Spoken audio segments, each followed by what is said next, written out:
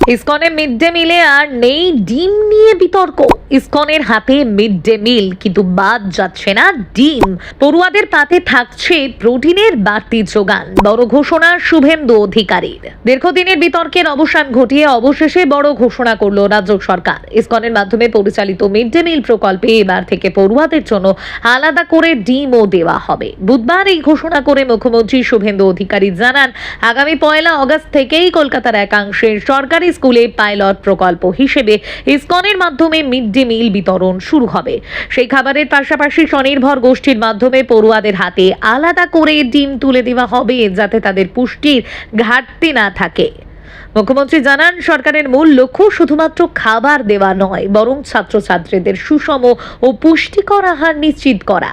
তার কথায়, ইসকন অত্যন্ত স্বাস্থ্যসম্মত মানসম্পন্ন খাবার পরিবেশন করবে। সেই সঙ্গে ডিম দেওয়ার ব্যবস্থা করা হচ্ছে, যাতে শিশুদের প্রয়োজনীয় প্রোটিনের চাহিদাও পূরণ হয়। সরকারের এই সিদ্ধান্তে মিড ডে মিল নিয়ে চলা বিতর্ক অনেকটাই প্রশমিত হবে বলেই মনে করছে প্রশাসন। এদিন মুখ্যমন্ত্রী আরও একটি গুরুত্বপূর্ণ ঘোষণা করেন। এতদিন প্রাথমিক বিদ্যালয়ে পড়ুয়াদের জন্য মিড ডে মিল বাবদ বরাদ্দ ছিল 6 টাকা 78 পয়সা। অন্যদিকে উচ্চ প্রাথমিক ও হাই স্কুল স্তরে সেই বরাদ্দ ছিল 10 টাকা। এই বৈষম্য দূর করে এবার থেকে প্রাথমিক স্তরেও ছাত্রপিছু 10 টাকা করে বরাদ্দ করা হবে। অর্থাৎ সব স্তরের সরকারি স্কুলের ছাত্রছাত্রীরা একই হারে মিড ডে মিলের সুবিধা পাবে। রাজ্য সরকারের দাবি, নতুন এই বরাদ্দের ফলে খাবারের মান আরও উন্নত হবে এবং শিশুদের পুষ্টির বিষয়টি নিশ্চিত করা সম্ভব হবে। সরকার মনে করছে, উন্নত মানের খাদ্য, পর্যাপ্ত প্রোটিন শিশুদের শারীরিক এবং মানসিক বিকাশে গুরুত্বপূর্ণ ভূমিকা পালন করবে।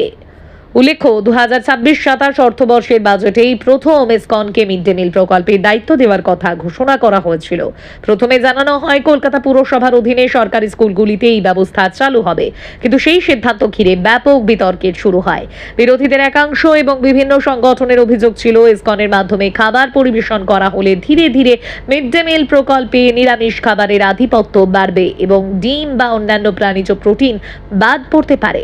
এই আশঙ্কাকে কেন্দ্র করে কলকাতা হাইকোর্টে একটি জনস্বার্থ মামলাও দায়ের হয়। আদালত বিষয়টি নিয়ে রাজ্য সরকারের কাছে হলফনামা তলব করে।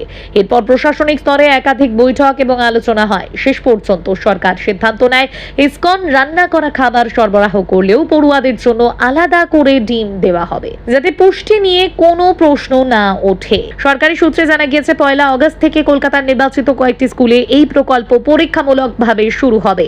পরবর্তীতে ধাপে ধাপে রাজ্যের সমস্ত সরকারি স্কুলে ইসকনের মাধ্যমে মিড ডে মিল পৌঁছে দেওয়ার পরিকল্পনা রয়েছে। পাশাপাশি স্বনির্ভর গোষ্ঠীগুলিকেও যুক্ত করে ডিম বিতরণের ব্যবস্থাও চালু থাকবে। রাজ্য সরকারের আশা, নতুন এই উদ্যোগের ফলে একদিকে যেমন খাবারের গুণগত মান বজায় থাকবে, তেমনি শিশুদের পুষ্টির চাহিদাও পূরণ হবে।